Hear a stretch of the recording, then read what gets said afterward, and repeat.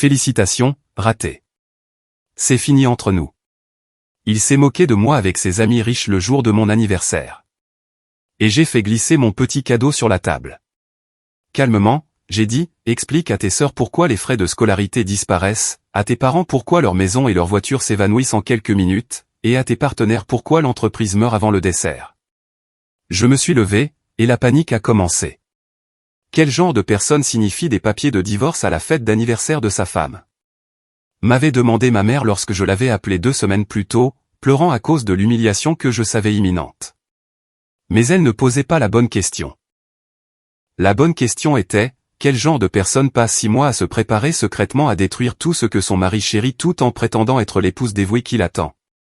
La réponse était assise au bout de la table du grand Véfour, regardant Luc se donner en spectacle pour son public de sycophantes, ma main reposant sur l'enveloppe qui répondrait aux 2 questions exactement comme il le méritait. Mais je m'avance un peu.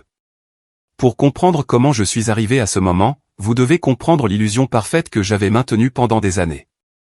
Ce matin-là, 2 semaines après l'appel de ma mère, je me suis réveillé à 5h30, comme chaque jour depuis 8 ans. Luc était allongé de son côté de notre lit super king size, le dos tourné vers moi, même dans son sommeil. L'espace entre nous aurait aussi bien pu être un océan. J'ai étudié son dos un instant, me souvenant du temps où il me serrait contre lui dans ces minutes matinales somnolentes avant que la journée ne commence. Maintenant, il se collait au bord du matelas comme s'il risquait d'attraper quelque chose en me touchant accidentellement. Notre maison de Neuilly-sur-Seine était silencieuse alors que je me dirigeais vers la cuisine. 5 chambres, 4 salles de bain et un garage pour 3 voitures remplies des symboles de réussite que Luc avait besoin que le monde voie. Les comptoirs en marbre étaient froids sous mes paumes alors que je préparais son café du matin avec une précision scientifique. Mélange grand cru d'Éthiopie de ce torréfacteur de luxe du Marais. 15 secondes dans le moulin. Pas 14, pas 16. Eau chauffée à exactement 90 degrés Celsius. J'avais appris à mes dépens que tout ce qui n'était pas parfait me vaudrait cette moue particulière qu'il avait perfectionnée. Celle qui disait que je le décevais encore. Pendant que le café infusait, j'ai disposé son petit déjeuner sur la porcelaine de Sèvres que sa mère nous avait offerte pour notre 5e anniversaire. Omelette de blanc d'œuf avec des épinards bio, sans sel. Une tranche de pain complet avec exactement une cuillère à café de beurre d'amande étalée d'un bord à l'autre. Jus d'orange fraîchement pressé dans le verre en cristal qui devait être positionné précisément à 5 cm du bord de l'assiette. Le genre de détail qui semblait plein d'amour, à moins de réaliser qu'ils étaient en fait les termes d'un contrat tacite où ma valeur se mesurait en performance réussie. Luc est apparu à 6h45. Son horloge interne aussi précise que tout le reste dans sa vie. Le costume Dior homme anthracite tombait parfaitement sur sa silhouette. La bague de promotion de l'INSEAD attrapant la lumière du matin. Il s'est assis à l'îlot de la cuisine sans me prêter attention, immédiatement absorbé par son téléphone. La réunion avec les investisseurs est à 10h, a-t-il dit sans lever les yeux. Assure-toi d'être là pour 9h45 pour préparer la salle de conférence. Bien sûr, ai-je répondu, en maintenant le ton neutre que j'avais perfectionné. J'ai déjà préparé les documents de présentation. Ce que je n'ai pas dit, c'est que j'avais aussi passé 3 heures la nuit dernière à déboguer l'algorithme qui rendait possible ces rendements impressionnants. L'algorithme Pythia était mon bébé. Né de mon doctorat en finance computationnelle de l'école polytechnique, nourri par d'innombrables nuits blanches de codage et de tests. Mais dans le monde de Luc, j'étais juste la femme qui arrangeait les papiers et servait le café pendant qu'il expliquait mon travail à des salles pleines d'hommes qui prétendaient le comprendre. 3 heures plus tard, je me tenais dans la salle de conférence vitrée de Méridien Capital, disposant des porte-documents en cuir à chaque siège pendant que Luc testait le cliqueur de présentation. 20 investisseurs allaient bientôt arriver, des hommes avec plus d'argent que d'imagination qui comptaient sur Luc pour les enrichir. Ils ne sauraient jamais que les modèles mathématiques qu'il présenterait, les analyses prédictives révolutionnaires qui battaient constamment les attentes du marché de 12%, provenaient de mon esprit, pas du sien. N'oublie pas, dit Luc en ajustant sa cravate dans le reflet de la fenêtre surplombant la défense. Tu es l'assistante administrative si quelqu'un demande. Nous ne voulons pas brouiller le récit. Le récit.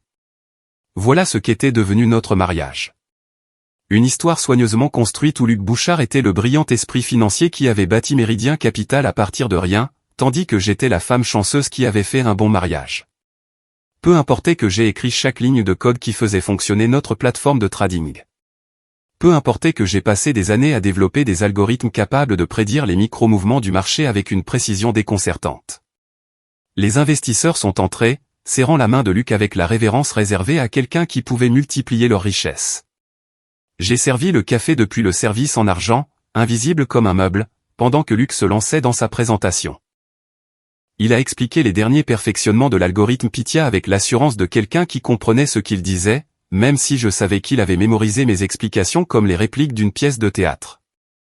Le réseau neuronal traite environ 12 000 points de données par seconde, a-t-il dit en cliquant sur une diapositive que j'avais conçue à 2 heures du matin. Notre modèle d'apprentissage automatique propriétaire s'adapte en temps réel à la volatilité du marché. Un investisseur, un homme au regard perçant nommé Moreau, d'un fonds spéculatif basé à Genève, a levé la main. Comment l'algorithme prend-il en compte les schémas de trading irréguliers pendant les sessions après les heures de marché? Le sourire de Luc n'a pas vacillé, mais j'ai vu la micro-pause, le bref éclair de panique avant qu'il n'esquive. Excellente question. Reportons cela à notre analyse technique approfondie le trimestre prochain. Maintenant, concernant ces rendements. Je suis resté près du service à café, mes mains stables malgré l'envie de répondre à la question de Moreau. L'algorithme utilisait une approche hybride, combinant la reconnaissance de forme avec la détection d'anomalies spécifiquement calibrées pour les périodes de trading à faible volume. J'aurais pu l'expliquer en 30 secondes. Au lieu de cela, j'ai rempli les verres d'eau et suis restée silencieuse. Ce soir-là, nous nous sommes rendus en voiture à la maison des parents de Luc à Saint-Germain-en-Laye pour notre dîner de famille hebdomadaire. Le domaine des Bouchard s'étendait sur plus d'1 hectare de perfection manucurée, le genre de propriété qui murmurait « vieille fortune », même si le père de Luc avait fait fortune dans l'immobilier commercial il y a seulement 20 ans.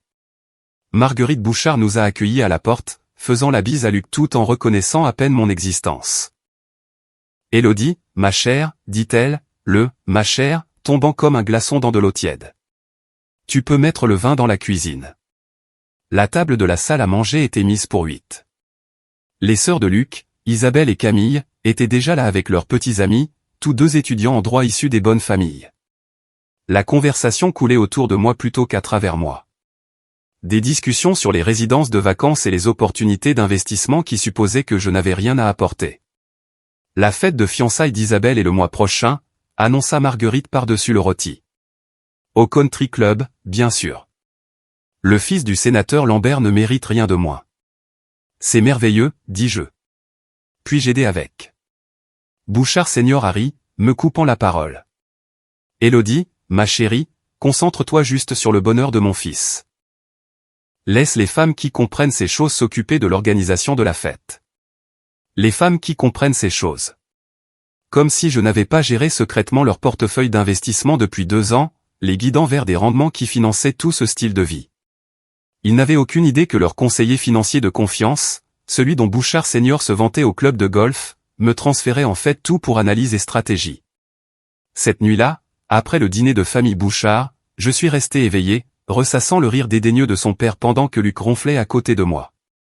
L'horloge sur ma table de chevet affichait 3h47 quand j'ai finalement renoncé à dormir et suis descendu me faire une camomille. La cuisine semblait différente dans l'obscurité, moins une scène où je jouais mes devoirs d'épouse et plus un espace où je pouvais réellement penser. Je me suis assise à l'îlot avec mon ordinateur portable, avec l'intention de revoir du code, mais je me suis surprise à regarder des photos de ma mère sur Facebook. Elle avait posté quelque chose sur la réunion de son club de lecture, assise avec ses amis dans le modeste salon de quelqu'un à Lyon, et elles avaient toutes l'air vraiment heureuses d'une manière que je ne me souvenais plus avoir ressentie. Le lendemain matin a apporté une autre performance. Mais cette fois, quelque chose a changé. Luc était assis à sa place habituelle au comptoir du petit déjeuner, faisant défiler son téléphone pendant que je posais son assiette parfaitement préparée. Je pensais à la chirurgie imminente de ma mère, comment elle serait seule dans ce petit appartement à essayer de se débrouiller avec un déambulateur. Je dois rendre visite à maman la semaine prochaine, dis-je en versant son café. Son remplacement de la hanche est prévu pour jeudi. Luc n'a pas levé les yeux de son écran. Cette femme vit toujours en location, n'est-ce pas? À son âge. C'est embarrassant. Cette femme, pas ma mère, pas la personne qui m'avait élevé seule après la mort de papa. Juste, cette femme. J'ai senti ma mâchoire se crisper en posant la cafetière plus fort que nécessaire. Elle subit une intervention chirurgicale majeure, Luc. Elle a besoin de quelqu'un. Alors envoie de l'argent pour une infirmière. On ne peut pas te voir disparaître à Lyon en ce moment. La présentation de BNP Paribas approche. Il a agité la main avec dédain, toujours les yeux fixés sur son téléphone. Puis quelque chose sur l'écran l'a fait sourire, un vrai sourire, pas celui de façade qu'il utilisait pour les clients. Son pouce bougeait rapidement, tapant une réponse à ce qui avait provoqué cette joie sincère que je n'avais pas vu diriger vers moi depuis des mois. Quand il a remarqué que je le regardais, il a rapidement supprimé ce qu'il était en train de taper et a posé le téléphone face contre table. En fait, je devrais partir plus tôt aujourd'hui, a-t-il dit, abandonnant son petit déjeuner à moitié mangé. David Laurent vient discuter d'une restructuration technique. David Laurent.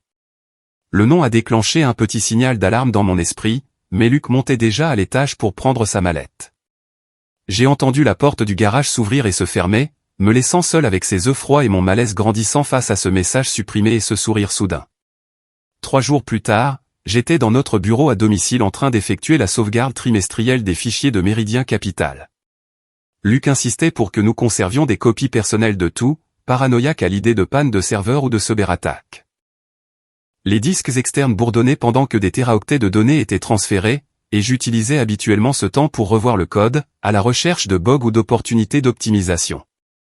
Mais cette fois, un dossier a attiré mon attention, restructuration, sous, confidentiel, sous, T3. Mon doigt a plané sur la souris avant de cliquer. À l'intérieur se trouvaient des documents datés de 3 semaines qui m'ont glacé le sang. Un projet de communiqué de presse annonçait David Laurent comme nouveau directeur de la technologie de Méridien Capital. Pas consultant, pas conseiller, mais directeur technique. Mon rôle, ou ce qu'aurait dû être mon rôle si j'avais jamais été reconnu. L'organigramme montrait Luc au sommet, David juste en dessous de lui, et 3 nouveaux partenaires de son club d'HEC Paris complétant l'équipe de direction. Mon nom n'apparaissait nulle part, pas même dans les notes de bas de page ou en annexe. Le dernier document était pire. Une note de service intitulée « Initiative d'efficacité opérationnelle » décrivait des plans de rationalisation des opérations en éliminant les postes redondants. Redondante ? 8 ans à construire chaque système technique qui faisait fonctionner Méridien Capital et j'étais redondante. En bas, dans l'écriture distinctive de Luc, il y avait une note, mise en œuvre après le T2, « Affaires personnelles résolues ». Affaires personnelles. C'est ce que j'étais devenu ? Mes mains tremblaient tandis que je copiais tout sur une partition cachée de mon ordinateur portable personnel. La barre de progression de la sauvegarde trimestrielle continuait son avancée lente pendant que j'étais assise là, absorbant la réalité que mon élimination avait été planifiée, documentée et programmée comme n'importe quelle autre transaction commerciale. 2 jours plus tard, j'avais besoin d'air et j'ai décidé de déjeuner dans le petit café près de l'immeuble de bureau de Méridien. Je mangeais rarement seul à l'extérieur, mais les murs de notre maison commençaient à me sembler oppressants. L'endroit était bondé de la foule habituelle du déjeuner du quartier financier. Et je venais de commander un sandwich quand Julie Renaud, la secrétaire de Luc, est entrée avec une autre femme que je ne reconnaissais pas. Elles se sont assises juste derrière moi, assez près pour que je puisse sentir le parfum agressif de Julie. J'ai sorti mon téléphone, faisant semblant de lire tout en appuyant sur le bouton d'enregistrement. Alors, la surprise d'anniversaire au Grand Véfour est prête, dit Julie, sa voix portant cette excitation de commère qui signifiait qu'elle partageait des informations confidentielles. 40 invités, salle à manger privée, tout le tralala. L'anniversaire de qui ? Demanda son ami. Celui de la femme. Mais ce n'est pas vraiment de ça qu'il s'agit. Luc est enfin prêt à faire le changement qu'il prépare depuis longtemps. Tu sais, la situation que nous attendions tous qu'il gère. Elles ont ri, et j'ai senti mon estomac se nouer alors que Julie continuait. La pauvre chose lui apporte encore son déjeuner tous les mardis comme une épouse dévouée des années 50. Elle n'a aucune idée de ce qui l'attend. Tout le monde au bureau est au courant pour Alexia. Tout le monde sauf elle. Alexia. Le nom m'a frappé comme de l'eau glacée. J'ai gardé ma respiration stable, mes yeux fixés sur l'écran de mon téléphone tout en enregistrant chaque mot. Il va vraiment le faire ? Demanda son ami. Oh, sans aucun doute. Il déplace des actifs depuis des mois. Le temps qu'elle s'en rende compte, il ne restera plus rien à se disputer.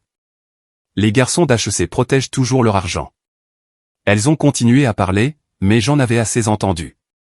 J'ai payé mon sandwich intact et suis parti, mon téléphone brûlant dans ma poche avec la preuve de ma propre destruction programmée. J'ai marché pendant 1 heure dans les rues de la ville, laissant l'air de septembre me vider la tête tandis que les pièces du puzzle s'assemblaient. Les SMS supprimés, les réunions matinales avec David Laurent, les documents de restructuration, et maintenant cette Alexia que tout le monde semblait connaître sauf moi. Ce soir-là, j'ai envoyé un SMS à Rachel Martin, mon amie de l'école polytechnique qui travaillait maintenant dans la jury comptabilité. Nous ne nous étions pas parlé depuis 2 ans, mais elle a répondu immédiatement, suggérant que nous nous retrouvions dans un bar de Belleville le lendemain soir. L'endroit qu'elle a choisi était parfait, un bar de quartier près du canal Saint-Martin où les banquiers et leurs femmes ne s'aventureraient jamais. Rachel était exactement la même, ses cheveux roux attachés en chignon désordonné qu'elle avait porté pendant toutes ses études supérieures. Elle m'a serré fort dans ses bras, puis s'est reculée pour étudier mon visage. Tu as l'air de quelqu'un qui a découvert que sa maison est construite sur des sables mouvants, dit-elle en nous commandant 2 whisky. Je lui ai tout raconté, les documents, la conversation que j'avais surprise, les changements de comportement de Luc, l'effacement systématique de mes contributions à Méridien. Rachel a écouté sans m'interrompre, hochant parfois la tête en reconnaissant des schémas. Élodie, ce n'est pas juste une préparation au divorce, a-t-elle dit finalement, en faisant glisser sa carte de visite sur la table en bois marquée de cicatrices. C'est du dépouillement d'actifs et du positionnement stratégique. Il ne prévoit pas seulement de te quitter. Il prévoit de te laisser sans rien tout en faisant croire que tu n'as jamais rien apporté. Elle a sorti sa tablette, me montrant des cas similaires sur lesquels elle avait enquêté. Les hommes comme Luc ne se contentent pas de partir. Ils pratiquent la politique de la terre brûlée. Ils détruisent ce qu'ils laissent derrière eux pour s'assurer que leur récit est le seul qui survit. Les mots de Rachel ont résonné dans mon esprit pendant tout le trajet de retour de Belleville. Les hommes comme Luc ne se contentent pas de partir, ils détruisent ce qu'ils laissent derrière eux. J'ai serré le volant plus fort en entrant dans notre garage à 23 heures, trouvant Luc évanoui sur le canapé en cuir de son bureau. 3 verres de scotch vides sur la table d'appoint. Les papiers du comité d'organisation de la réunion des anciens d'HEC Paris étaient éparpillés sur sa poitrine, montant et descendant avec ses ronflements. C'était devenu son rituel du jeudi soir, boire avec ses copains de fac par appel vidéo, revivant leurs jours de gloire tout en complotant pour maintenir leur domination dans le monde financier. Je suis resté dans l'embrasure de la porte, l'étudiant un instant. Même inconscient, il conservait cet air de supériorité, la bouche légèrement ouverte, une main tenant encore mollement son téléphone.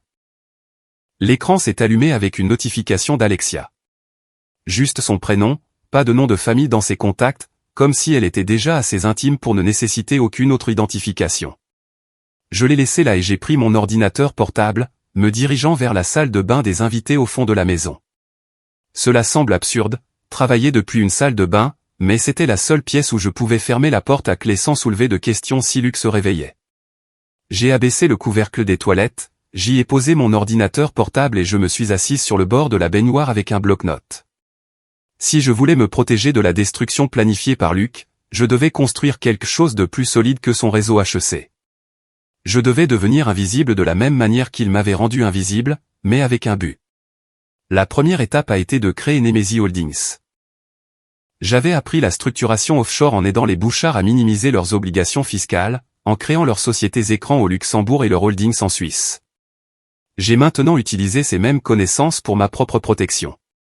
Chaque entité que j'ai créée avait une apparence légitime sur le papier, avec une documentation appropriée et des numéros d'enregistrement qui passeraient un examen superficiel. Monaco pour la société holding principale, des filiales suisses pour les branches d'investissement, et une SARL luxembourgeoise pour l'interface avec les opérations de l'UE.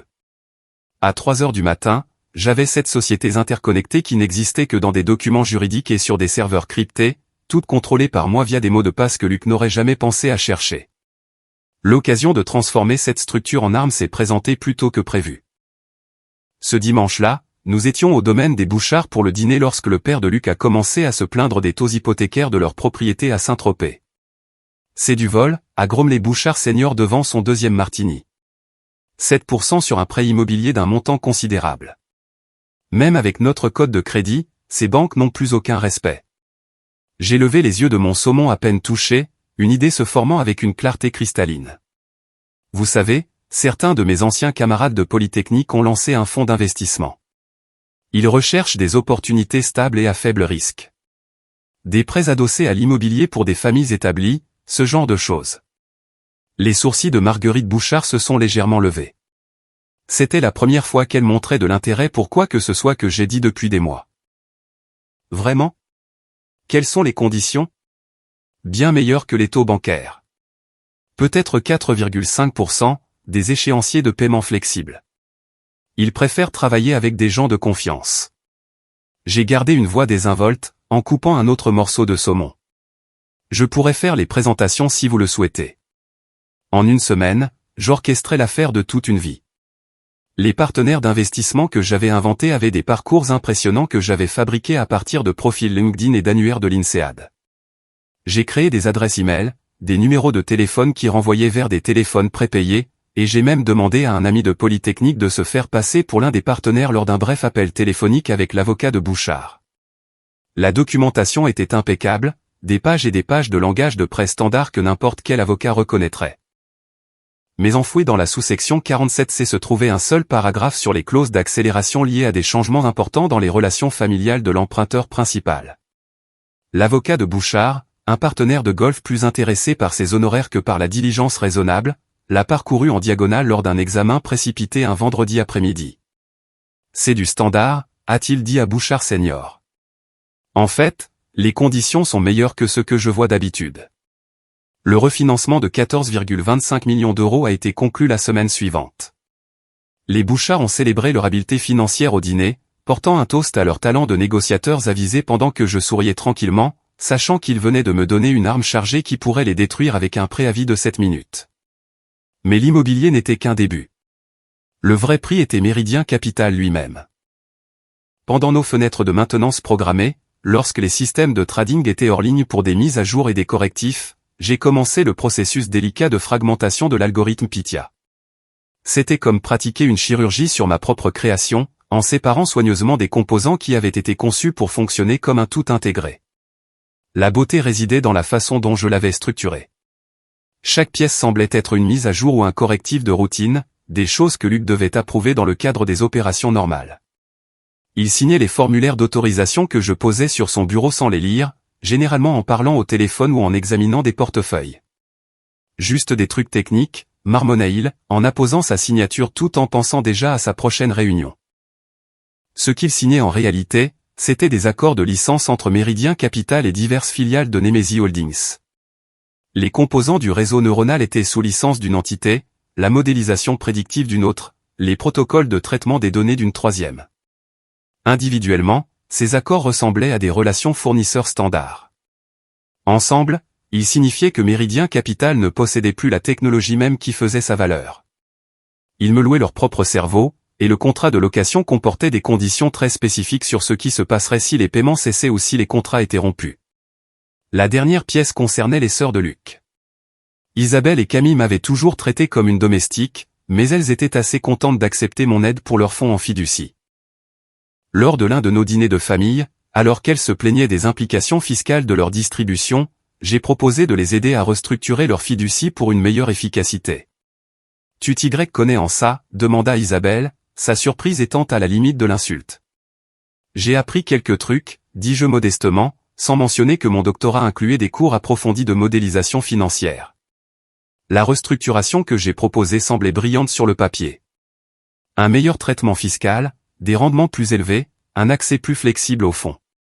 Ce qu'elles n'ont pas remarqué, c'est que leur père devait signer en tant que garant pour certaines obligations. Des obligations qui étaient intrinsèquement liées à ces prêts immobiliers par un réseau complexe de dispositions de défauts croisés. Si un domino tombait, tous tomberaient. C'est si gentil de nous aider, dit Camille, en me faisant la bise sur la joue après avoir signé les papiers. Surtout compte tenu de ton milieu. Mon milieu. Comme si grandir dans la classe moyenne à Lyon était une maladie dont je devais m'excuser. J'ai souri et accepté leur condescendance, sachant que leur signature venait de compléter l'architecture financière qui ferait s'effondrer tout leur monde lorsque je déciderais d'appuyer sur la détente. Au moment où j'ai fini de construire mon avalanche, elle était invisible mais omniprésente, tissée dans tous les aspects de leur vie financière comme un virus attendant d'être activé. 3 semaines s'étaient écoulées depuis que j'avais achevé l'architecture financière de ma vengeance, et le poids de porter ce secret seul commençait à fissurer ma façade soigneusement entretenue. C'est alors que ma mère a appelé pour dire qu'elle venait me rendre visite. Elle avait réservé son vol sans demander, annonçant simplement qu'elle resterait pour le week-end. Luc a levé les yeux au ciel quand je lui ai dit, marmonnant quelque chose sur le fait de devoir supporter la sagesse lyonnaise, alors qu'il avait un réseautage important à faire. Maman est arrivée un vendredi après-midi pendant que Luc était au bureau. Quand j'ai ouvert la porte, elle m'a longuement regardé et m'a prise dans ses bras pour une étreinte qui a duré plus longtemps que nos salutations habituelles. Elle semblait plus mince que dans mon souvenir, mais ses bras étaient toujours forts, toujours capables de me soutenir quand je me sentais sur le point de m'effondrer. Elle n'a fait aucun commentaire sur la maison, les meubles coûteux ou les symboles de statut que Luc insistait pour que nous affichions. Elle a juste étudié mon visage avec ses yeux bruns perçants qui avaient toujours vu à travers moi. « Tu as maigri », a-t-elle dit, en posant son sac de voyage usé dans notre hall d'entrée en marbre. « J'ai été occupé », ai-je répondu en la conduisant à la cuisine. Nous avons bavardé de tout et de rien pendant que je préparais le thé, discutant de son club de lecture et du nouveau petit-fils de sa voisine. Mais lorsque la voiture de Luc est entrée dans l'allée plus tôt que prévu, j'ai senti tout mon corps se tendre. Maman a immédiatement remarqué comment je me suis redressé, comment mes mains ont lissé mes cheveux, comment j'ai rapidement vérifié mon apparence dans le reflet du micro-ondes. Luc est entré en coup de vent, a fait une bise superficielle à ma mère qu'il a à peine effleurée, et a annoncé qu'il avait un week-end de golf avec des clients. Il partirait tôt le samedi matin et reviendrait le dimanche soir. Le soulagement que j'ai ressenti à son départ a dû se voir sur mon visage car maman a tendu la main par-dessus le comptoir et m'a serré la main dès que sa voiture a disparu au bout de la rue. Samedi matin, après le départ de Luc à l'aube pour son tournoi de golf, maman a préparé des œufs brouillés et du pain grillé pendant que j'étais assise à la table de la cuisine en pyjama pour la première fois depuis des années. Le soleil du matin entrait à flot par les fenêtres, et pendant un instant, j'ai eu l'impression d'être de retour dans notre vieille cuisine à Lyon, avant Luc, avant Méridien, avant d'apprendre à me faire toute petite. « Depuis combien de temps est-il aussi cruel ?» demanda soudain maman, sans lever les yeux des œufs qu'elle mettait dans l'assiette. La question m'a frappé de manière inattendue, et j'ai senti les larmes monter à mes yeux avant de pouvoir les retenir. « Je ne sais pas de quoi tu parles. » Elle s'est tournée vers moi, son expression douce mais déterminée. « Ma chérie, je t'ai vu sursauter quand sa voiture est arrivée hier. Tu as vérifié ton apparence 3 fois avant qu'il ne franchisse la porte. Tu t'es excusé pour la marque de thé dans ta propre maison. Alors, je te le demande à nouveau, depuis combien de temps ? Le barrage a cédé. Je lui ai tout raconté à travers des sanglots étouffés, l'effacement systématique de Méridien, le club de garçons d'HEC qui m'avait remplacé, les conversations surprises sur Alexia, la planification du divorce que j'avais découverte. Maman a écouté sans m'interrompre, me serrant parfois la main ou me passant des mouchoirs. Quand j'ai eu fini, elle est restée silencieuse un long moment. « Ton père a eu une première femme », a-t-elle dit finalement. « Avant moi. » Elle a attendu trop longtemps pour partir, pensant toujours que les choses s'amélioreraient, qu'il changerait. Au moment où elle est finalement partie, elle avait tout perdu, pas seulement l'argent, mais elle-même. Elle s'est levée et m'a tiré par la main. « Allez, on te prépare un sac d'urgence, juste au cas où. » Nous avons passé l'après-midi à remplir une petite valise d'essentiels, des vêtements, des copies de documents importants que j'avais rassemblés, de l'argent liquide que j'avais lentement retiré en petite quantité. Maman m'a aidé à le cacher derrière de vieux équipements de ski dans le débarras du sous-sol, un endroit où Luc ne s'aventurait jamais. « Quand tu seras prête à partir, a-t-elle dit, tu m'appelles. Jour et nuit, je serai là. » Le mardi après le départ de maman, je travaillais à la maison quand la sonnette a retenti. Un livreur se tenait là avec un bouquet élaboré de pivoine. Des roses pâles et des blanches qui devaient coûter une fortune. J'avais mentionné une fois, il y a des années, que les pivoines étaient mes fleurs les moins préférées. Elles me semblaient à pas accent graveleuil et excessives, mais apparemment quelqu'un d'autre les aimait. La carte était petite, de couleur crème avec des bords dorés. J'attends ta liberté avec impatience. Ah, mes mains tremblaient en rentrant le bouquet à l'intérieur. Ce n'était pas pour moi. Le livreur avait fait une erreur. Ou peut-être que c'était exactement l'erreur que j'avais besoin de voir. J'ai trouvé la carte du fleuriste et j'ai appelé, en prenant une voix joyeuse.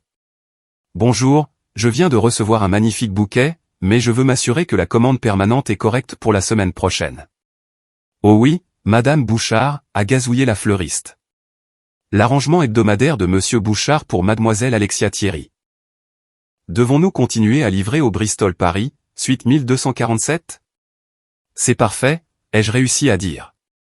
Même heure chaque mardi à 14h comme d'habitude. Il a été si constant ces 6 derniers mois. Mademoiselle Thierry a de la chance d'avoir un ami aussi dévoué. 6 mois. Pendant que j'essayais de sauver notre mariage, il envoyait à une autre femme des pivoines chaque semaine à l'hôtel où il avait soi-disant des réunions de clients. Suite 1247. Je l'ai noté d'une main ferme, même si à l'intérieur, je hurlais. 2 semaines plus tard, Luc a insisté pour que je l'accompagne au dîner des anciens élèves d'HEC Paris. Nous devons présenter un front uni, a-t-il dit, sans remarquer l'ironie. Il m'a placé à la table des épouses dans le coin pendant qu'il tenait salon avec des investisseurs potentiels près du bar. J'étais assise entre la troisième femme d'un chirurgien plasticien et la petite amie d'un gestionnaire de fonds spéculatifs qui ne pouvait pas avoir plus de 22 ans. Toutes deux discutaient de résidences de vacances pendant que je poussais le saumon dans mon assiette. Puis j'ai entendu la voix de Luc porter à travers la pièce. Quelqu'un avait posé une question sur l'algorithme de Méridien et Luc expliquait mon travail jusqu'au modèle mathématique spécifique que j'avais développé pendant mon doctorat. Il a même utilisé mes phrases exactes de nos discussions matinales d'il y a des années, lorsque nous étions encore partenaires dans plus d'un sens. Je me suis forcé à sourire et à hocher la tête lorsque la femme du chirurgien plasticien m'a demandé si j'étais fier du succès de mon mari. De l'autre côté de la pièce, j'ai croisé le regard de Thomas Moreau, mon ancien professeur de Polytechnique qui avait été mon directeur de thèse. Il se tenait près du bar, et le regard qu'il m'a lancé était un regard de compréhension totale. Il savait exactement de quel travail Luc parlait. Il a légèrement levé son verre d'eau dans ma direction. Une reconnaissance silencieuse de la vérité que nous connaissions tous les deux mais que nous ne pouvions pas exprimer dans cette salle remplie d'alliés de Luc. Le lendemain, je me suis rendu au garde-meubles que j'avais loué sous le nom d'une de mes SARL Nemesis Holdings. À l'intérieur, j'avais créé une sorte de centre de commandement. Des boîtes d'archives bordaient les murs, chacune soigneusement étiquetée et contenant différents aspects de mes preuves, des documents financiers montrant le retrait systématique de mon nom des brevets et des contrats, des emails imprimés entre Luc et son avocat discutant de la stratégie de sortie la plus propre, la conversation enregistrée du café où Julie avait ri de mon ignorance. J'ai passé des heures à configurer les déclencheurs automatisés qui exécuteraient tout simultanément une fois activés. Chaque enveloppe était préparée, scellée et étiquetée. Une pour l'AMF contenant des preuves de la fausse représentation de Luc aux investisseurs, une pour la société de crédit immobilier de Bouchard Senior avec l'avis d'accélération, une pour le bureau d'aide financière de Sciences Po gelant les fonds en fiducie, et une spéciale pour Luc contenant juste cette ligne qui expliquerait exactement comment son empire dépendait de systèmes qu'il n'avait jamais pris la peine de comprendre. J'ai verrouillé le garde-meuble et suis rentré chez moi avec l'enveloppe scellée bien rangée dans la sacoche de mon ordinateur portable. Ce soir, c'était mon 32e anniversaire, bien que Luc ne l'ait pas mentionné une seule fois ce matin. Au lieu de cela, il m'avait rappelé 2 fois le dîner au Grand Véfour, insistant pour que je sois prête à 19h précise. Le prétexte de la célébration tout en planifiant mon exécution publique aurait été risible s'il n'avait pas été si cruel. Quand je suis rentré à 16h30, Luc était déjà là, debout dans notre chambre avec 3 robes étalées sur le lit. Sa présence dans notre dressing, manipulant mes vêtements, me semblait une violation. Il a brandi une robe de cocktail rouge que j'avais portée à la fête de Noël de l'entreprise l'année dernière, l'étudiant avec l'œil critique de quelqu'un qui choisit des accessoires pour une performance. Porte quelque chose de sophistiqué ce soir, a-t-il dit sans me regarder. Pas ce truc noir que tu mets toujours par défaut. Il y aura des gens importants. J'ai pris la simple robe fourreau noire de mon côté du placard, celle qu'il venait de rejeter. Elle était élégante dans sa simplicité. Achetée avec mon propre argent avant notre mariage, d'une époque où je m'habillais pour moi-même plutôt que pour ses attentes. Je crois que je vais porter celle-ci. Il s'est tourné vers moi, sa mâchoire se crispant comme elle le faisait quand je le défiais de petite manière. Élodie, je viens de dire. C'est mon dîner d'anniversaire, n'est-ce pas, les jeux interrompus, en le regardant fixement. Je devrais porter ce qui me met à l'aise. Quelque chose a vacillé sur son visage. De la surprise, peut-être du calcul. Il ne s'était pas attendu à une résistance. Pas ce soir. Alors qu'il pensait que je marchais aveuglément dans son piège, il a haussé les épaules et s'est retourné vers son côté du placard, sortant son costume Armani Marine. Je me suis assise à ma coiffeuse pour me maquiller pendant qu'il s'habillait, le regardant dans le miroir alors qu'il attachait ses boutons de manchette. Ils étaient neufs, en platine avec de petits saphirs qui attrapaient la lumière. Je ne les avais jamais vus auparavant, mais j'ai reconnu la boîte à bijoux sur sa commode de chez Cartier, le même magasin où Alexia Thierry avait posté des photos Instagram le mois dernier. bien que Luc ne sache pas que je l'avais recherché après avoir découvert les pivoines. Ces boutons de manchette sont magnifiques, dis-je en appliquant du mascara d'une main sûre. Un cadeau d'un client, répondit-il trop rapidement, sans croiser mon regard dans le miroir. Pour avoir conclu l'affaire Patterson. L'affaire Patterson avait été conclue il y a 3 mois, mais je ne l'ai pas souligné. Au lieu de cela, j'ai sorti l'enveloppe noire de la sacoche de mon ordinateur portable et l'ai transférée dans mon sac de soirée, sentant son poids comme une arme chargée. Les déclencheurs automatisés étaient réglés pour s'activer à 20h47 exactement, synchronisés pour s'exécuter au moment où je lui remettrai l'enveloppe. 7 minutes après ce moment, son monde entier commencerait à s'effondrer. Le trajet jusqu'au Grand Véfour a duré 20 minutes dans la circulation du soir. Luc l'a passé sur son téléphone, envoyant des SMS rapidement pendant que je regardais les lumières de la ville défiler. À un moment donné, il a ri de quelque chose sur son écran, et j'ai aperçu le nom de Julie avant qu'il n'incline le téléphone. Il coordonnait probablement les derniers détails de mon humiliation. Le Grand Véfour occupait le dernier étage d'un hôtel de charme du centre-ville, sa salle à manger privée étant une étude de luxe calculée. Lorsque les portes de l'ascenseur se sont ouvertes, je pouvais déjà entendre des voix et des rires derrière les portes en verre dépoli. Luc a posé sa main sur le bas de mon dos, me guidant comme un agneau à l'abattoir. La salle était bondée de 40 invités, et mon estomac s'est noué en reconnaissant les visages. Chaque personne venait du monde de Luc.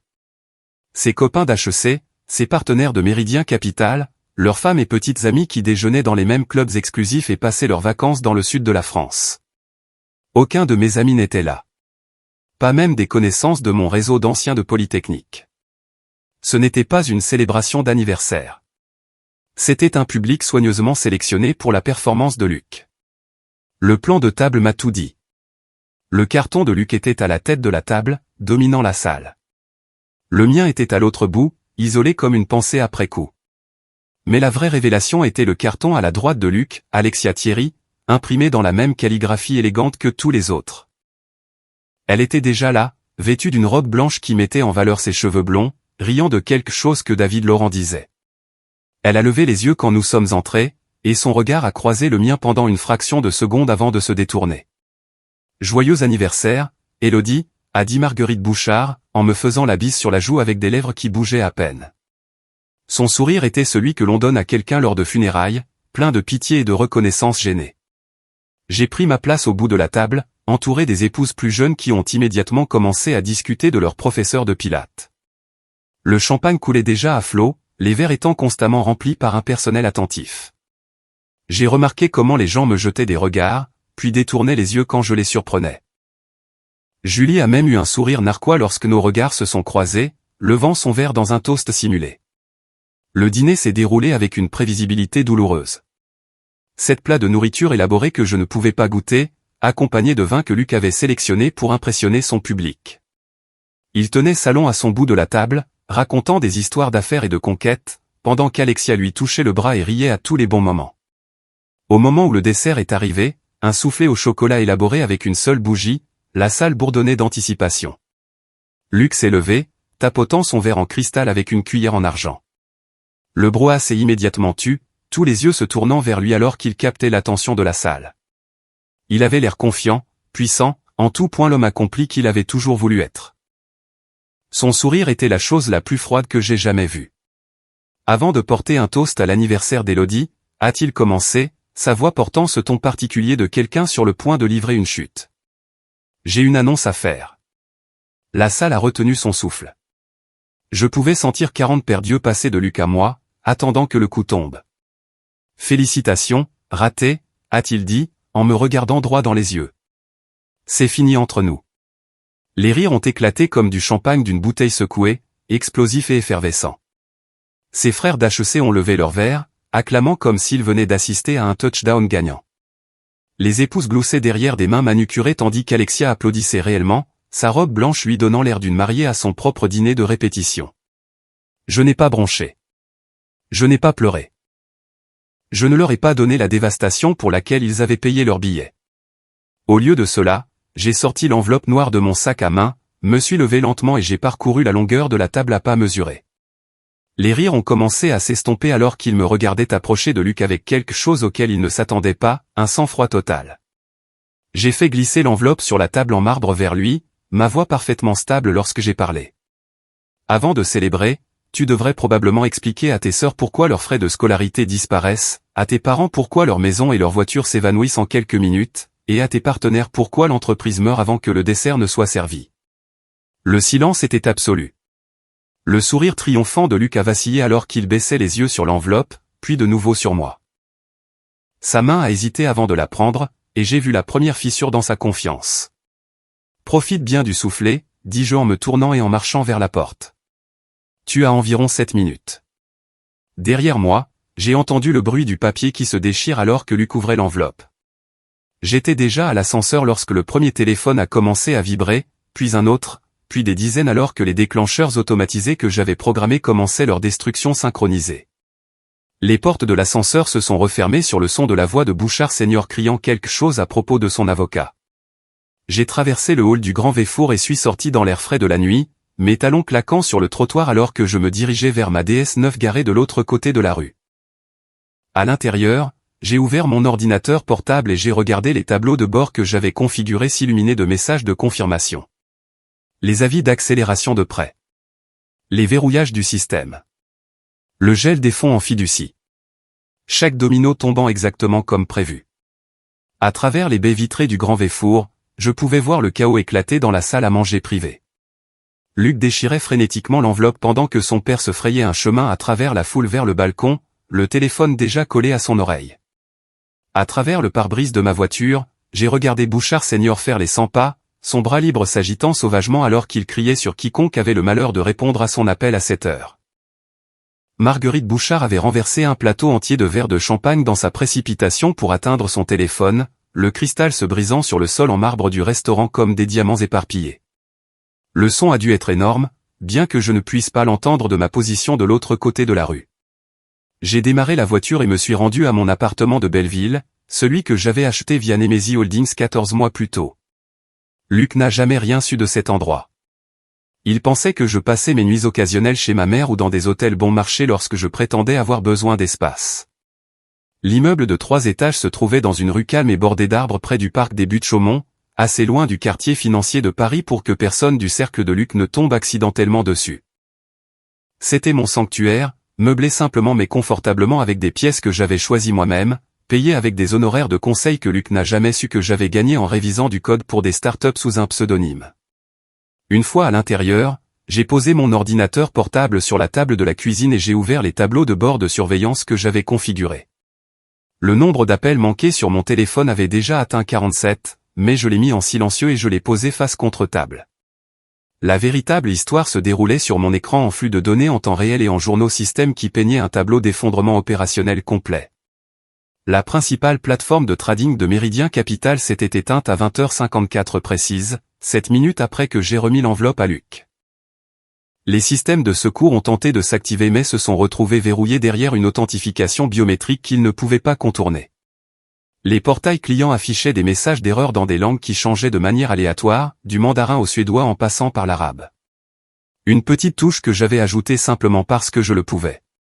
David Laurent envoyait des emails de plus en plus frénétiques à l'équipe de développement, chacun plus désespéré que le précédent, exigeant que quelqu'un explique pourquoi il n'avait aucun accès administrateur au système qu'il était censé contrôler. Rachel m'envoyait des mises à jour cryptées toutes les quelques heures. Le domaine des Bouchards à Saint-Tropez avait reçu un avis d'accélération de prêt immédiate. La société de crédit immobilier engageait des procédures de saisie qui mettraient la propriété sous séquestre dans les 10 jours, à moins que 13,3 millions d'euros n'apparaissent immédiatement. Le bureau d'aide financière de Sciences Po avait gelé les comptes d'Isabelle et Camille après l'annulation des paiements de leurs fonds en fiducie. Les deux sœurs étaient actuellement bloquées hors de leurs portails étudiants, incapables d'accéder à leurs notes, à leurs relevés de notes ou même à leurs comptes de messagerie universitaire. Je me suis fait une tasse de thé et je me suis assise dans mon salon, entouré par le silence béni d'un espace qui m'appartenait entièrement. Pas de performance, pas de faux semblants, pas de marche sur des œufs en me demandant de quelle humeur Luc rentrerait à la maison. L'ironie ne m'a pas échappé qu'en détruisant leur monde, j'avais enfin trouvé la paix dans le mien. Pendant 3 jours, j'ai maintenu ce silence, regardant leur empire s'effondrer à travers des points de données et des pannes de système tout en ignorant les messages vocaux de plus en plus désespérés qui remplissaient mon téléphone. Le matin du 4e jour, on a sonné à ma porte à 6h43. Grâce à la caméra de sécurité que j'avais installée, j'ai vu Luc debout sur mon perron. Il avait l'air d'une personne complètement différente de l'homme qui se tenait triomphalement au Grand Véfour à peine 72 heures plus tôt. Son costume était froissé et taché, le même que celui de la fête. Sa bague de promotion d'HEC était visiblement absente de son doigt, probablement mise en gage pour de l'argent rapide. La barbe de 3 jours qu'il entretenait soigneusement était devenue une véritable barbe négligée, et ses yeux avaient le regard vide de quelqu'un qui n'avait pas dormi depuis des jours. J'ai ouvert la porte mais je ne l'ai pas invité à entrer, le laissant sur le seuil pendant que je restais dans l'embrasure de ma porte, une tasse de café à la main. Le matin était vif, et j'ai remarqué qu'il frissonnait légèrement dans sa veste de costume froissé. « S'il te plaît » a-t-il dit, et le mot semblait le blesser physiquement. Il est sorti cassé et étranger, comme si sa bouche n'avait jamais formé ces syllabes auparavant. Cet homme qui avait commandé des conseils d'administration et dominé des conversations ne pouvait même pas me regarder dans les yeux alors qu'il se tenait sur mon perron comme un mendiant. « S'il te plaît quoi, Luc ?» ai-je demandé en prenant une gorgée de mon café. « L'entreprise n'existe plus. Tout est gelé. Mes parents perdent leur maison. Isabelle et Camille ne peuvent pas obtenir leur diplôme. L'AMF m'enquête personnellement pour fausse déclaration d'actifs technologiques aux investisseurs. » Sa voix s'est brisée sur le dernier mot. « Dis-moi juste ce que tu veux. Dis-moi comment réparer ça. »« Tu ne peux pas réparer ça, » ai-je répondu simplement. « Tu ne peux que vivre avec les conséquences de tes choix, tout comme tu t'attendais à ce que je vive avec les tiens. » Il a mis la main dans la poche de sa veste et en a sorti une enveloppe froissée. « Mon avocat a dit de te donner ça. » L'entête de Fournier et Associés était impressionnant, tout comme l'épaisseur du dossier. 23 pages de menaces juridiques invoquant l'extorsion, le vol de secrets commerciaux, l'infliction intentionnelle de détresse émotionnelle et diverses autres interprétations créatives du droit pénal. J'ai souri en le feuilletant, reconnaissant le langage désespéré des avocats qui savaient qu'ils n'avaient aucune chance mais devaient justifier leurs honoraires. « Tu devrais y aller » ai-je dit à Luc, en commençant à fermer la porte. « Ce n'est pas fini » a-t-il dit, retrouvant une étincelle de son ancienne arrogance. « Mes avocats vont te détruire. » Cet après-midi-là, j'ai transmis le dossier de Fournier et Associés à Catherine Dubois, mon avocate chez Rochefort Légal. Catherine était brillante, impitoyable et se préparait à ce scénario exact depuis des mois. En moins de 2 heures, elle avait rédigé une réponse qui incluait des documents prouvant que je possédais chaque ligne de code sur laquelle Méridien Capital s'appuyait. Elle a joint l'enregistrement audio du café où Julie discutait du plan de Luc pour écarter complètement Élodie une fois les investisseurs sécurisés. Elle a inclus des emails entre Luc et David Laurent planifiant mon licenciement. Chaque menace de Fournier et Associés est devenue une preuve de la tentative de vol de ma propriété intellectuelle par Luc. 2 jours plus tard, on a de nouveau sonné à ma porte. Cette fois, la caméra de sécurité a montré Alexia Thierry debout sur mon perron. Elle portait un jean et un simple pull, ses cheveux blonds attachés en queue de cheval. Fini la robe blanche et le maquillage parfait du Grand Véfour. Elle avait l'air plus jeune, plus vulnérable et étonnamment nerveuse. J'ai ouvert la porte, mais encore une fois, je ne l'ai pas invitée à entrer. « Je ne suis pas ici en tant que quoi que ce soit de Luc », a-t-elle dit rapidement. « Je suis ici parce que j'ai rassemblé des preuves de ces transactions frauduleuses avec les portefeuilles de mes clients. Il a utilisé ma position chez BNP Paribas pour accéder à des informations privilégiées. » Elle a tendu une clé USB. Tout est là-dessus. Les registres de transactions, les emails, les conversations enregistrées où il discute explicitement de l'utilisation d'informations non publiques importantes. Je l'ai étudié un instant. Pourquoi me donnerais-tu ça? Parce qu'il a détruit ma carrière de la même manière qu'il a essayé de détruire la tienne. La seule différence, c'est que tu l'as vu venir et que tu t'es battu. Elle a fait une pause. J'ai pensé que nous pourrions peut-être travailler ensemble. J'ai pris la clé USB mais j'ai secoué la tête. J'apprécie, mais je n'ai pas besoin d'une alliance. J'ai tout ce qu'il faut pour m'assurer que Luc subisse les conséquences appropriées. J'ai mis la main dans ma poche et je lui ai tendu une carte de visite. C'est l'enquêteur de l'AMF qui m'a appelé. Il serait très intéressé par ce que vous avez documenté. Alexia a pris la carte, a hoché la tête une fois et s'est éloignée. J'ai fermé la porte et suis retourné à mon ordinateur portable, où une autre douzaine d'alertes système confirmaient que le monde de Luc continuait son effondrement méthodique. Le dénouement était complet, et je n'avais même pas eu besoin de quitter mon appartement pour le voir se produire. J'ai fermé la porte derrière Alexia et suis retourné à mon ordinateur portable, où Catherine Dubois venait d'envoyer un email marqué « Urgent ». Le conseil d'administration de Méridien Capital avait convoqué une réunion d'urgence pour le lendemain matin à 9 h. Ils voulaient discuter de la crise technologique et avaient découvert, au cours de leur enquête effrénée, que toutes les routes menaient à Nemesis Holdings.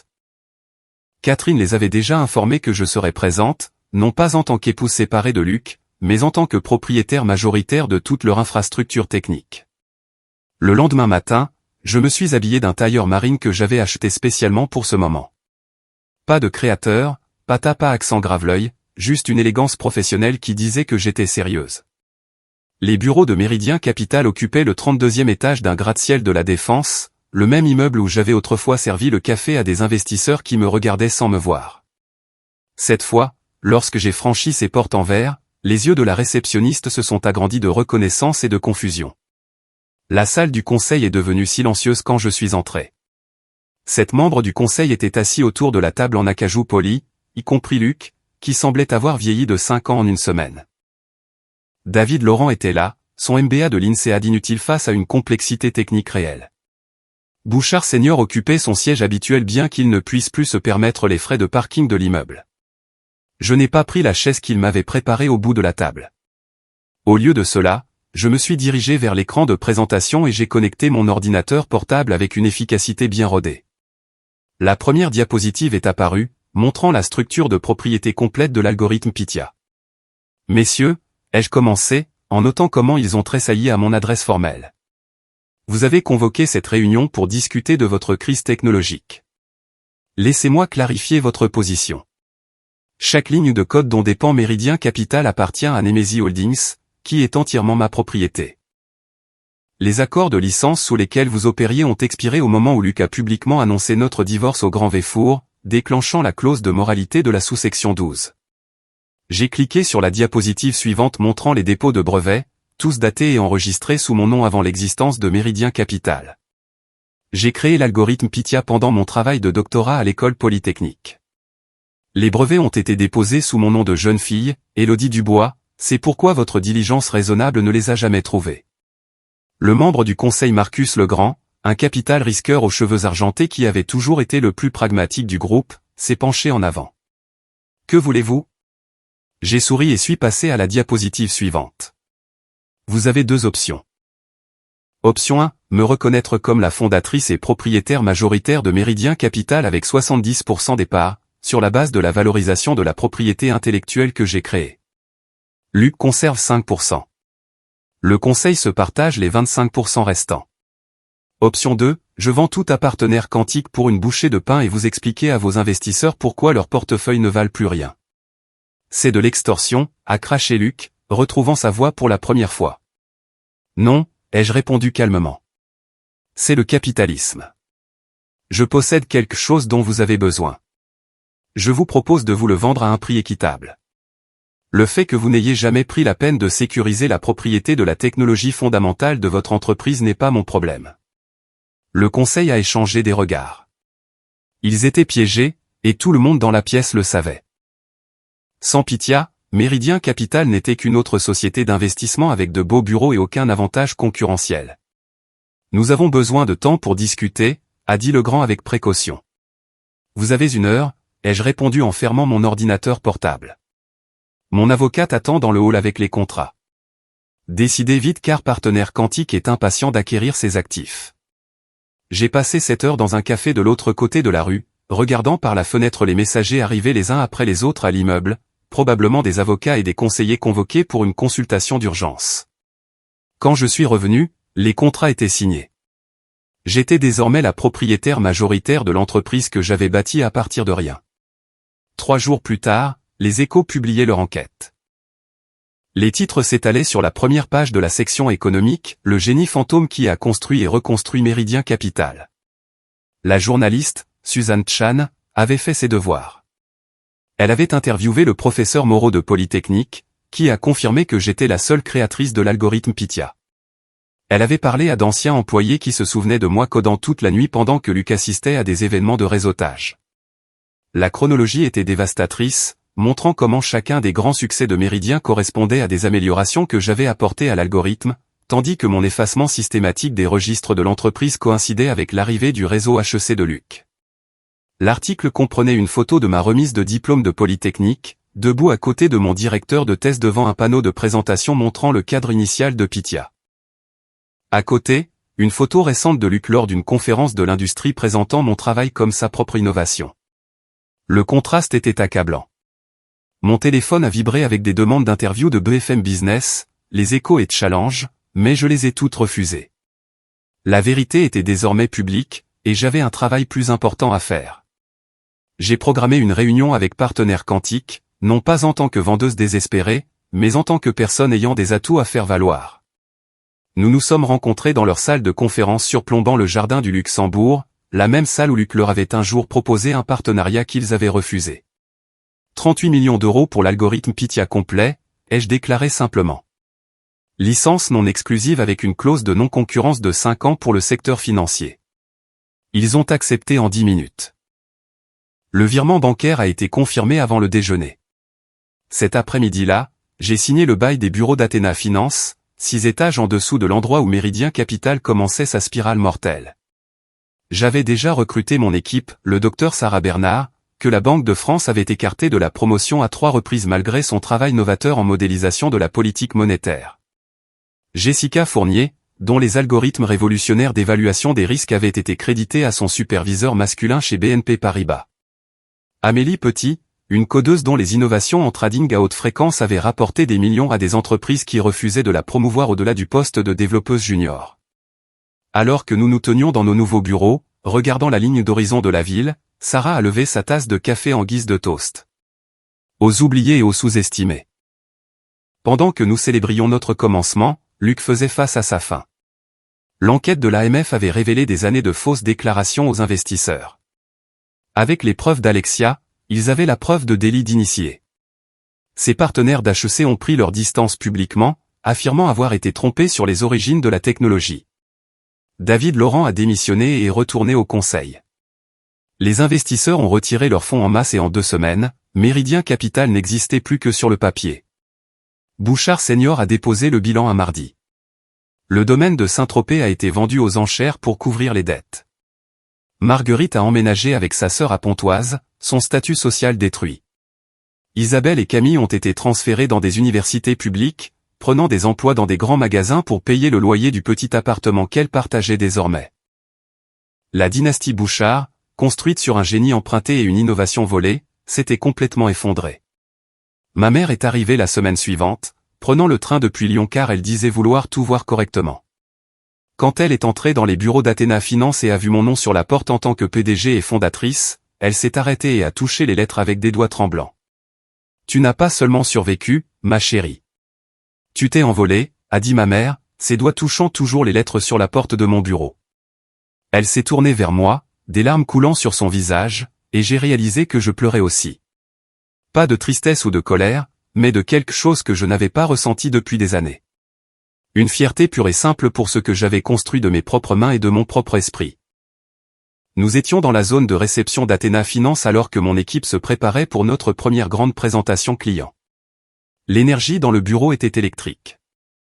Rien à voir avec l'atmosphère suffocante de Méridien où tout le monde jouait un rôle pour l'approbation de Luc. Ici, Sarah expliquait son modèle de politique monétaire à Jessica, qu'il intégrait dans son cadre d'évaluation des risques. Amélie avait 3 moniteurs affichant du code qui allait révolutionner la façon dont nous traitons les données de marché. Nous collaborions, nous appuyant sur les idées des autres, créant quelque chose de plus grand que la somme de nos parties. La présentation client s'est déroulée sans accroc. Hartmann Industries a signé un contrat de 3 ans d'une valeur de 1,9 million d'euros par an, citant spécifiquement leur confiance à travailler avec la véritable créatrice de l'algorithme Pythia plutôt qu'avec quelqu'un qui s'en était simplement attribué le mérite. À la fin de notre premier mois, les rendements d'Athéna Finance dépassaient de 30% le meilleur trimestre de Méridien. Nous ne réussissions pas seulement, nous établissions de nouvelles normes industrielles.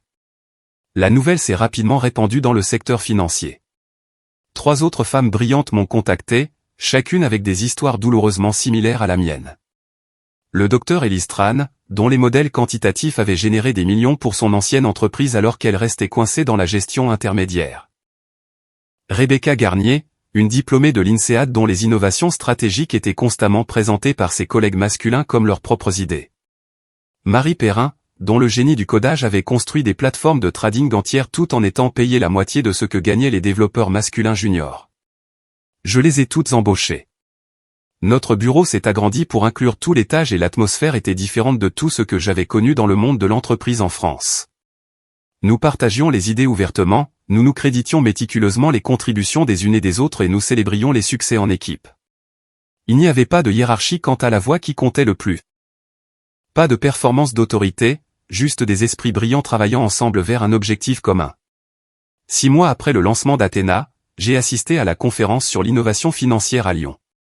Pas en tant qu'accompagnatrice ou soutien administratif, mais en tant que conférencière principale. Les organisateurs m'avaient spécifiquement demandé de présenter sur le trading algorithmique dans la nouvelle économie. Je me tenais en coulisses, ajustant le microphone, vêtu d'une simple robe noire que j'avais choisie moi-même quand je l'ai vue de l'autre côté de la salle de congrès. Luc tenait un stand pour Renault et Associés, une société de troisième ordre qui s'occupait principalement de petites obligations municipales. Ces costumes de créateurs avaient été remplacés par du polyester de prêt-à-porter qui tirait légèrement aux épaules. La bague de promotion d'HEC était toujours absente, et ses cheveux avaient commencé à s'éclaircir d'une manière que les traitements coûteux ne pouvaient plus cacher. Il expliquait quelque chose à un client potentiel qui semblait totalement indifférent, essayant désespérément de projeter l'autorité qu'il portait autrefois si naturellement. Nos regards se sont croisés à travers la salle de congrès bondée. Pendant un instant, le temps a semblé s'arrêter. J'ai vu la reconnaissance jaillir sur son visage, suivi immédiatement par quelque chose que je n'aurais jamais pensé voir de la part de Luc Bouchard, la honte. Il a été le premier à détourner le regard, me tournant le dos comme s'il était soudainement fasciné par les matériaux d'exposition derrière lui. L'homme qui m'avait traité de raté devant 40 personnes ne pouvait pas faire face à la femme qui s'était reconstruite sur les cendres de sa trahison. J'ai prononcé mon discours principal sous une ovation debout.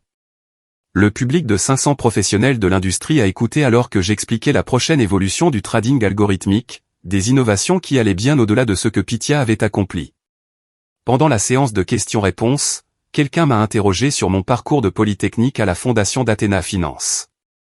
J'ai dit la vérité simplement et sans amertume sur la façon dont le fait d'être effacé de ma propre création m'avait appris l'importance de la propriété, de la documentation et de ne jamais permettre à quiconque de diminuer vos contributions. Après la conférence, j'ai utilisé 9,5 millions d'euros de la vente à Partenaires Quantique pour créer la fondation Némésie. Le nom était délibéré, un rappel que la justice vient parfois d'endroits inattendus. La fondation fournirait des financements, du mentorat et un soutien juridique aux femmes dont les contributions technologiques avaient été volées, effacées ou appropriées. Le professeur Thomas Moreau de Polytechnique a accepté de siéger au conseil d'administration, aidant à identifier les candidates dont le génie était systématiquement négligé. Notre première subvention a été accordée à une programmeuse à Toulouse dont les innovations en apprentissage automatique avaient été brevetées sous le nom de son superviseur. La deuxième est allée à une équipe de 3 femmes dont la start-up avait été détruite par une prise de contrôle hostile qui revendiquait leur technologie comme propriété intellectuelle préexistante. En moins de 6 mois, nous soutenions 27 femmes à travers le pays, chacune construisant quelque chose d'extraordinaire sur les ruines de ce qui leur avait été pris. Un soir, alors que je me tenais dans mon bureau surplombant la scène, mon téléphone a vibré avec un SMS d'un numéro inconnu. J'ai su immédiatement que c'était Luc. Il avait probablement eu un nouveau téléphone après que le précédent ait été déconnecté pour non-paiement. Le message était court, tu as tout détruit. J'ai pris une photo du dernier succès d'Athéna Finance, notre article dans Challenge comme l'une des 10 entreprises financières les plus innovantes de France et je l'ai envoyé en guise de réponse. Puis j'ai supprimé son numéro et je l'ai bloqué, sentant le dernier fil qui nous reliait enfin se rompre. Il avait raison d'une certaine manière. J'avais tout détruit. Tout ce qui était construit sur des mensonges, le vol et l'effacement systématique de mes contributions. Mais de cette destruction, j'avais construit quelque chose d'infiniment meilleur.